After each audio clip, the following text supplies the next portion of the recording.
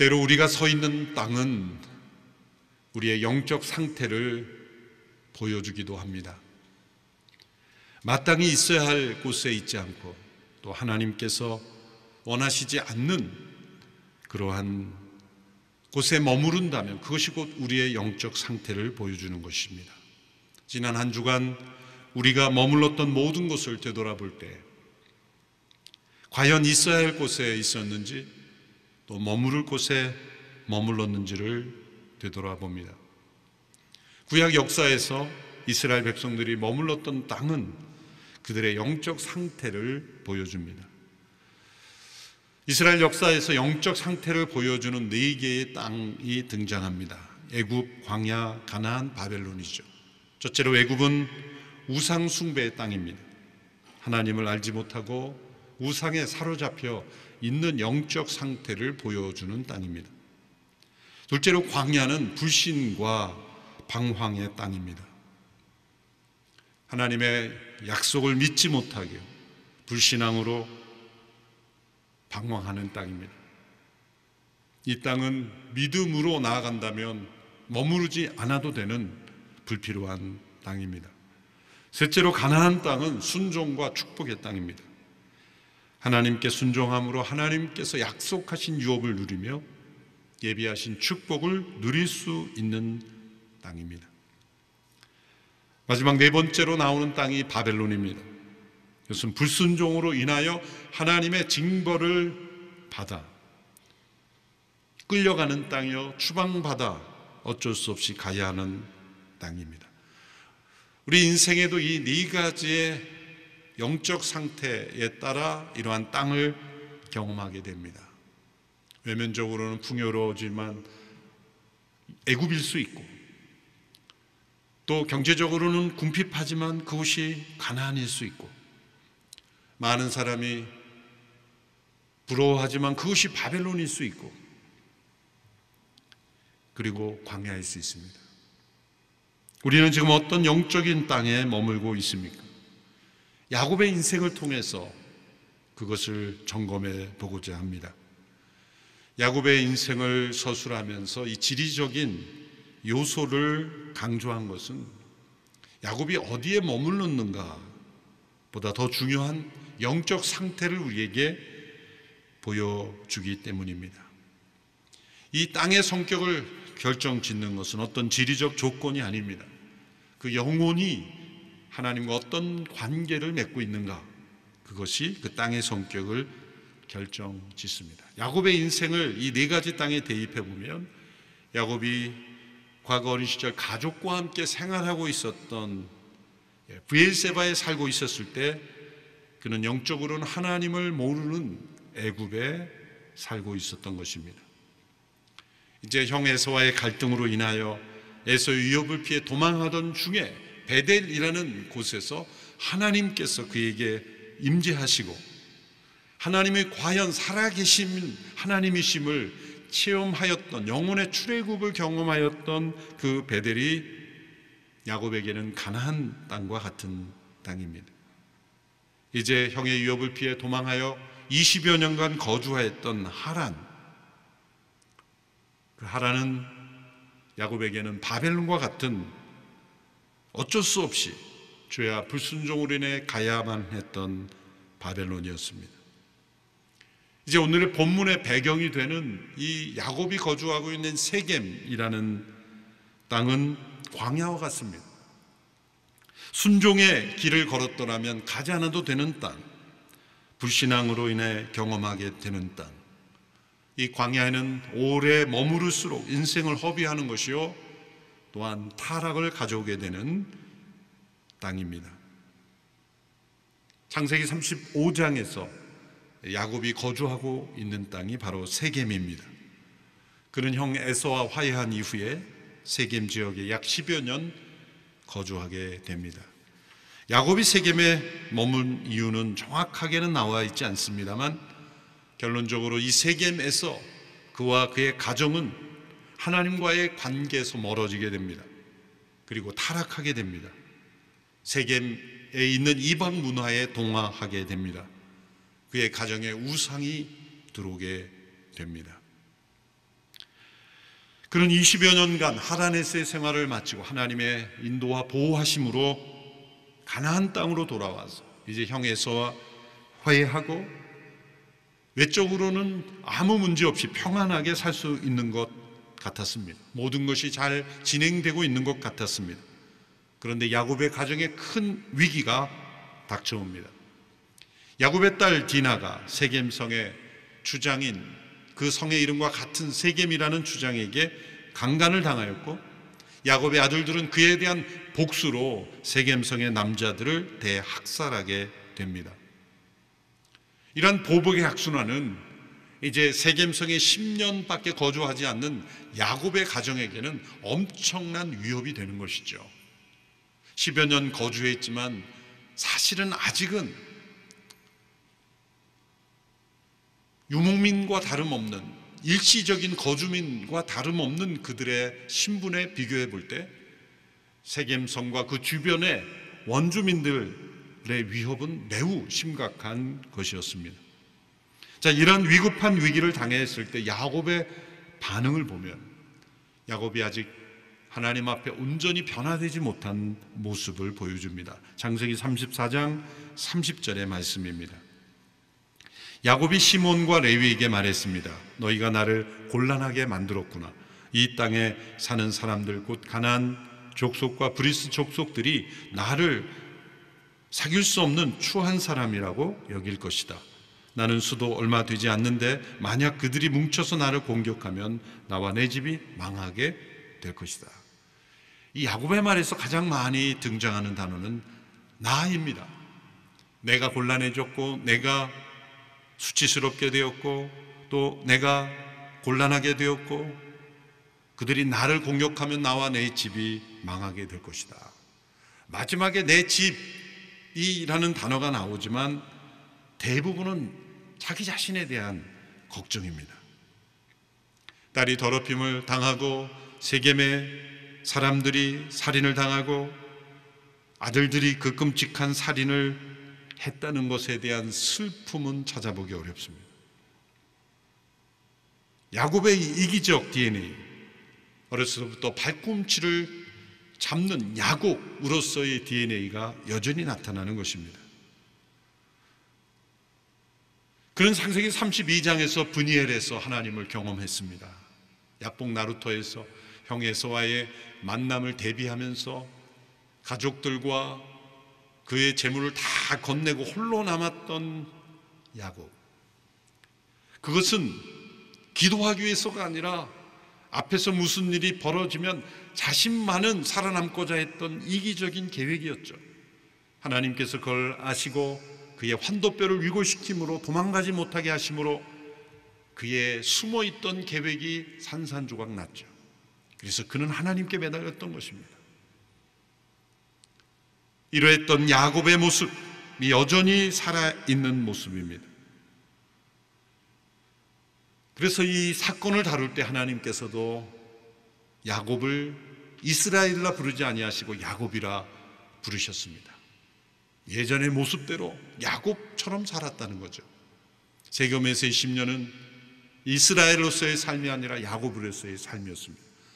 이것은 마치 예수님께서 부활하신 이후에 베드로를 만나실 때 이제 십자가에서 두려워 예수님을 세 번 부인하고 도망하였던, 숨어 지냈던 이 베드로, 그리고 예수님이 부활하셨다는 소식을 알면서도 다시 과거로 돌아가 어부로서의 삶으로 되돌아가고자 했던 베드로에게 예수님이 나타나셔서 베드로를 만나실 때 베드로야 라고 말씀하지 않으셨습니다. 베드로의 옛 이름이었던 시몬을 부르십니다. 요한의 아들 시몬아, 요한의 아들 시몬아. 왜 과거의 이름을 부르십니까? 지금 그 베드로의 모습은 베드로답지 않은 것입니다. 반석이라는 게바라 이름을 바꿔주신 예수님의 그 위대하신 은혜의 선언에 합당하지 않은 삶을 살고 있다는 것을 알려주시는 겁니다. 지금 야곱에게 찾아오신 하나님께서도 그의 이름을 이스라엘이라 부르지 아니하시고 야곱이라 부르심으로 그의 영적인 현주소가 하나님 앞에 합당하지 않다는 것을 알려주십니다. 우리 모두는 그리스도 안에서 새로운 피조물이 되었습니다. 우리는 세상의 소금과 빛으로 불림을 받았습니다. 그러나 그 이름으로 합당한 삶을 사는 것은 참된 회개와 부단한 경건을 통해서만 그 이름에 합당한 삶을 살 수 있는 것입니다. 왜 야곱의 삶과 가정에 이런 위기가 생겨난 것입니까? 그것은 야곱이 있어야 할 곳에 있지 않았기 때문입니다. 하나님과의 바른 관계에 있지 않았기 때문입니다. 더 구체적으로 설명하면 그가 하나님께 드렸던 약속을 지키지 않았기 때문입니다. 그는 30여 년 전 에서의 위협을 피해 도망할 때 베델에서 하나님을 체험했습니다. 사닥다리의 환상을 통해 그와 함께 하신 하나님, 그의 조상 아브라함과 이삭과 함께 하신 하나님이 그에게 나타나셨고 그를 보호하시는 은혜를 베풀어 주셨습니다. 그때 야곱은 하나님께 서원을 했죠. 하나님께서 만일 자신이 안전하게 이 가나안으로 되돌아오게 해 주신다면 제가 이 베델에서, 하나님이 나타나신 이 베델에서 단을 쌓고 하나님을 예배하겠습니다. 하나님 앞에 서원했습니다. 그런데 하나님의 돌보심으로 가나안으로 다시 되돌아와 형 에서와의 불편한 그 위협적인 관계와도 해결된 이후에도 야곱은 그 약속을 지키지 않고 있었습니다. 몰라서가 아닙니다. 알면서도 외면한 것이지요. 이 베델이라는 지역은 야곱이 현재 살고 있는 이 세켐과 또 야곱의 아버지 이삭이 살고 있었던 헤브론의 중간 지역에 있습니다. 그가 아들로서의 도리를 다했다면 헤브론에도 왕래했을 것인데 틀림없이 베델 지역을, 그리고 자신이 하나님을 체험했던, 돌베개를 베고 잤던 그 지역을 그는 지켜 지나갔을 겁니다. 그리고 그가 하나님 앞에 서원했던 것을 잊었을 리가 없습니다. 우리 인생에 우리가 알지 못하는 사이에 하나님의 보호하심과 돌보심은 늘 있습니다. 그런데 분명하게 하나님이 돌보시고 보호하시고 함께 하신다는 걸 체험하는 때가 있습니다. 그리고 분명한 하나님의 음성을 듣는 때가 있습니다. 그리고 분명하게 하나님께 기도했던 때가 있습니다. 그것은 자신의 인생에서 전혀 기억하지 않을 수 없는 뚜렷한 그런 영적 체험으로 남아있는 하나님 체험이 있습니다. 야곱에게는 그것이 베델에서의 체험입니다. 영적인 출애굽을 경험했고 살아계신 하나님을 만나는 인격적인 체험의 시작이었기 때문이죠. 그러므로 그가 하나님께 드렸던 이 베델에서의 예배, 베델에서 살면서 하나님을 예배하겠다는 그러한 약속을 그가 잊었을 리가 없습니다. 그런데 왠지 그는 외면했습니다. 그 이유는 무엇일까요? 세겜에서의 삶 속에 그와 그의 가정에 너무나 많은 우상이 들어왔고 알면서도 하나님 앞에 가까이 나아가지 않는 영적 상태에 있었다는 것입니다. 하나님은 그와의 약속을 신실하게 지키셨지만 야곱은 하나님과의 약속을 지키지 않았습니다. 우리를 향한 하나님의 약속은 언제나 신실하게 지켜짐에도 하나님께 대한 우리의 약속은 언제나 쉽게 무너집니다. 호세아서에서는 하나님께서 우리를 향하여서 베풀어 주신 사랑은 정오의 빛같이 일정하고 변치 않지만 하나님께 대한 우리의 사랑은 아침에 있다 쉬 없어지는 이슬과 같다고 한탄하시기도 했습니다. 야곱은 육체적으로는 가나안 땅에, 지리적으로는 가나안 땅에 들어왔지만 그는 영적으로는 아직 광야에 머물고 있었던 겁니다. 그래서 야곱의 가정에 이러한 위기와 재난이 온 것은 결국 야곱이 하나님과 올바른 관계에 있지 못했고 있어야 할 곳에 있지 못했고 그리고 하나님과의 약속을 지키지 않았기 때문입니다. 그 약속은 하나님께서 내린 지시가 아니라 야곱 스스로 자원하여 드린 약속입니다. 위기 때에 드린 약속입니다. 우리는 어려움과 고통을 겪게 되면 하나님께 기도하면서 하나님 제가 이렇게 살겠습니다. 저렇게 살겠습니다. 그렇게 자연스럽게 그 거룩한 삶을 소원하고 하나님 중심의 삶을 살겠다고 그렇게 소원하지 않습니까? 그러나 너무나 우리는 그 소원을 쉽게 잊어버리죠. 미국의 어느 그리스도인 사업가가 하나님 앞에 소원을 했습니다. 하나님, 올 한 해 저에게 100만 불의 수입을 주시면 제가 10의 1조가 아니라 2조를 드리겠습니다. 한 해를 결산해 보니까 100만 불에 못 미친 80만 불이 수입이 되었어요. 그랬더니 그가 이렇게 기도했더랍니다. 하나님, 먼저 떼고 주셨군요.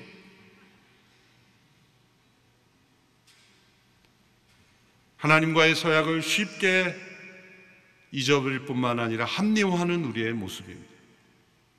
성경에서는 하나님과의 약속과 소원을 얼마나 중요하게 생각하시는지를 여러 곳에서 말씀하십니다. 신명기 13장 21절의 말씀입니다. 만약 내가 내 하나님 여호와께 약속한 것이 있으면 갚기를 더디게 하지 마라.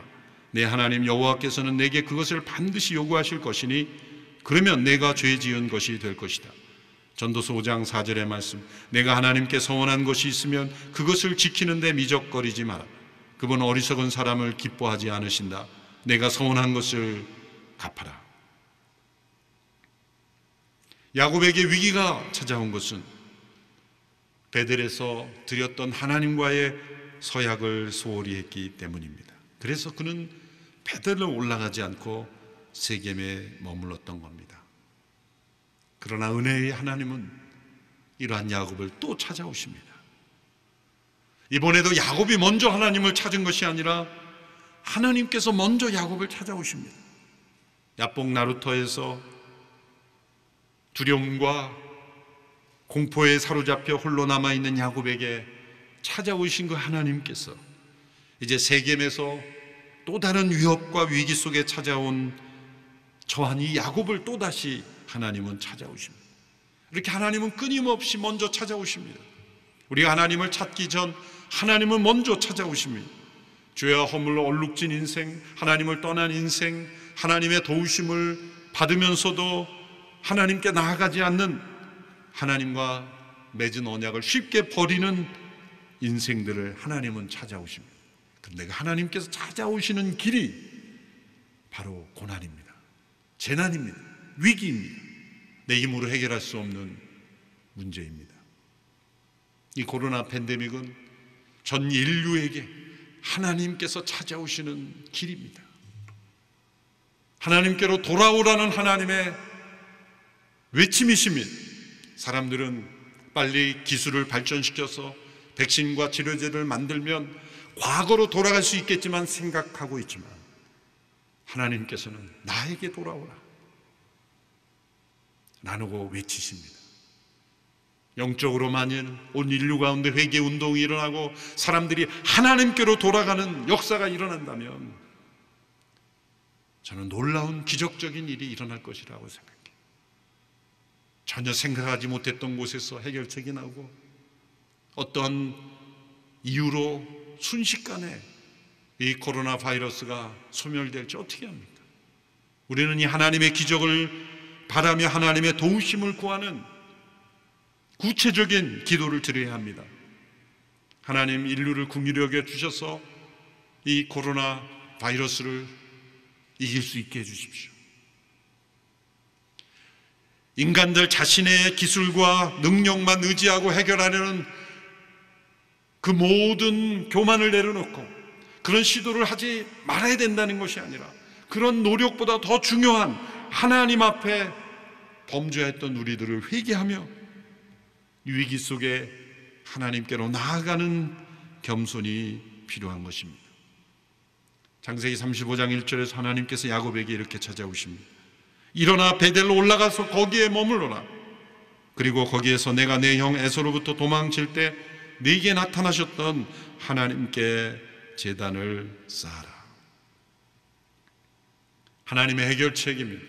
일어나 베델로 올라가라. 30여 년 전 내가 너에게 임했을 때 너가 나에게 했던 그 약속을 지키라. 고난 속에 함께 하셨던 그 하나님께로 돌아가라는 말씀입니다. 야곱은 이 음성을 들었을 때 그의 영혼이 떨렸을 겁니다. 야곱은 순종할 수밖에 없었습니다. 너무나 분명한 이 하나님의 음성이었기 때문입니다. 그래서 자신과 함께하고 있던 모든 이들에게 말합니다. 너희가 지니고 있는 이방 신상들을 없애버려라. 너희 자신을 정결케 하고 옷을 갈아입으라. 일어나서 베델로 올라가자. 내가 그곳에서 내 고난의 날에 내게 응답하시고 내가 가는 길에서 나와 함께 하셨던 하나님께 제단을 쌓을 것이다.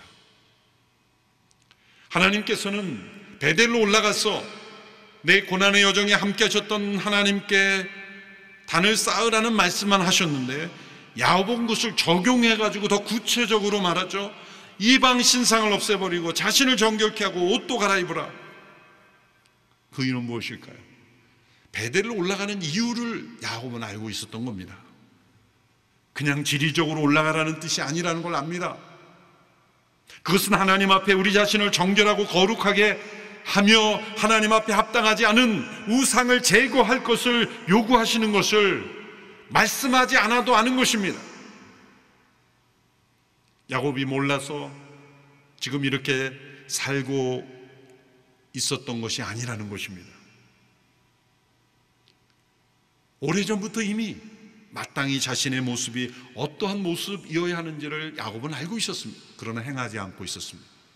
이스라엘로서의 삶이 아니라 야곱의 삶을 살고 있었던 거죠. 우리도 마찬가지입니다. 신앙생활을 어떻게 해야 되는 것일까요? 하나님을 어떻게 잘 섬겨야 하는 것일까요? 이 위기 때 어떻게 하나님께 돌아가는 것일까요? 사실 누구에게 물어볼 필요가 없습니다. 자기 자신이 잘합니다. 자기가 어떤 우상을 지금 숨기고 있는지, 또한 무엇을 정결하게 해야 되는지, 어떤 옷을 갈아야 하는지, 갈아입어야 되는지, 하나님의 임재가 있는 베델로 올라가기 위해서 내가 무엇을 정리해야 될지 사실은 물어볼 필요가 없습니다. 이미 자신이 알고 있는 것만 해도 됩니다. 하나님 우리에게 우리가 모르는 것을 지시하는 분이 아닙니다.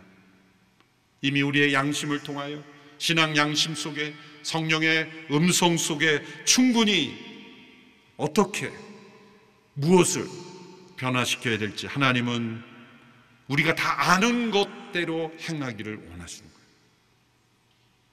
물론 하나님을 모르는 이들은 그 자체를 몰라서 행하지 못하는 것도 있겠죠. 그러나 성도들 가운데서는 자신에게 그리고 자신의 가정에 어떤 우상이 있는지 모르는 사람은 존재하지 않습니다. 모르는 우상이란 존재하지 않습니다. 묵인할 뿐이요, 그리고 외면할 뿐입니다. 야곱의 가정에 언제부터 우상이 들어왔을까요? 결혼 때부터입니다. 라헬과 결혼할 때 라헬이 드라빔이라는 이 가정의 수호신 같은 것을 아버지로부터 가져왔죠. 그때 이후로 지금까지 줄곧 있었을 가능성이 높습니다. 또한 세겜에 정착하며 10여 년 동안 오늘 4절 이하에 보면 귀걸이 같은 그 우상, 그러니까 우상을 귀걸이로 만들어 달고 다녔다는 거죠. 그렇게 우상 숭배가 그의 가정에 정착이 되었다는 겁니다. 하나님은 결코 그의 택하신 백성을 우상에 넘겨주지 않으십니다. 시편 115편 8절에 우상을 만드는 사람 우상처럼 될 것이요 우상을 의지하는 사람들도 그렇게 될 것이라고 말씀하셨습니다. 우리는 사랑하고 경배하는 것을 담게 되어 있습니다. 우상을 섬기면 우상처럼 됩니다. 그러나 하나님을 섬기고 사랑하면 하나님처럼 변화됩니다. 이제 야곱은 순종하였습니다. 4절 5절에 보면 그의 가족들이 다 가지고 있던 이방 신상과 귀에 걸고 있던 귀걸이를 야곱에게 주었고 야곱은 그것을 세금이 있는 상수리 나무 아래에 묻었습니다. 그리고 베델을 향하여 길을 떠났습니다. 그때 하나님께서 야곱 가정을 공격하려 했던 주변 민족에게 두려운 마음을 주어서 아무도 그들을 쫓아오지 못하게 하셨다고 말씀하고 있습니다. 하나님께서 야곱을 또다시 보호해 주신 것이죠. 예전의 에서 위협과는 비교할 수 없는 엄청난 위협 속에서 야곱의 가정을 보호해 주신 겁니다. 야곱이 가족을 이끌고 베델로 올라가서 단을 쌓고 하나님 앞에 예배 드렸을 때 하나님은 그에게 다시 임재하셨습니다. 그에게 주신 말씀은 아브라함과 이삭에게 주신 그 언약을 다시 확인시켜 주시는 겁니다. 그리고 창세기 32장에서 그가 브니엘에서 하나님 만날 때 야곱이 아니라 이스라엘이 되게 하리라 하신, 그러니까 과거에 그의 인생에서 함께 하셨던 그 동일한 하나님의 약속을, 동일한 메시지를 반복해 주신 겁니다. 그것이 10절에서 12절의 말씀이죠. 우리 함께 한 목소리로 함께 읽어볼까요? 시작. 하나님께서 야곱에게 말씀하셨습니다. 내 이름이 야곱이었으나 이제 더 이상 야곱이라 불리지 않을 것이다. 이제 내 이름은 이스라엘이다. 야곱은 이스라엘이라 불리게 됐습니다. 하나님께서 그에게 말씀하셨습니다. 나는 전능한 하나님이다. 너는 자식을 많이 낳고 번성하여라. 한 민족과 여러 민족들이 내게서 나올 것이며 왕들이 내 몸에서 나올 것이다. 내가 아브라함과 이삭에게 준 땅을 내게 주고 또한 내 자손에게 이 땅을 주겠다. 아브라함에게 주신, 이삭에게 주신, 그리고 야곱에게 주셨던 그 약속을 다시 확인시켜 주는 겁니다.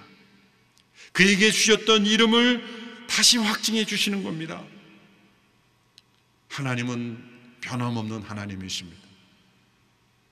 천지를 창조하신 그 하나님이 바로 아브라함의 하나님이요, 이삭의 하나님이요, 야곱의 하나님이요, 예수 그리스도의 아버지 하나님이요, 바로 저와 여러분의 하나님이십니다. 야곱을 이렇게 붙잡고 추적하시고 함께 하시고 돌이키게 하시는 그 하나님이 바로 우리의 하나님이십니다. 야곱을 내버려 두지 아니하시는 하나님께서 예수 그리스도의 십자가로 구속하신 저와 여러분을 우상의 포로로 내버려 두실 리가 없습니다. 이 모든 위기는 우상에 사로잡혀 있는 바벨론에 거주하는 수많은 영혼들이 돌아오게 하시는 하나님의 뜻입니다. 애굽에 거주하는 수많은 영혼들이 돌아오게 하시는 하나님의 뜻입니다.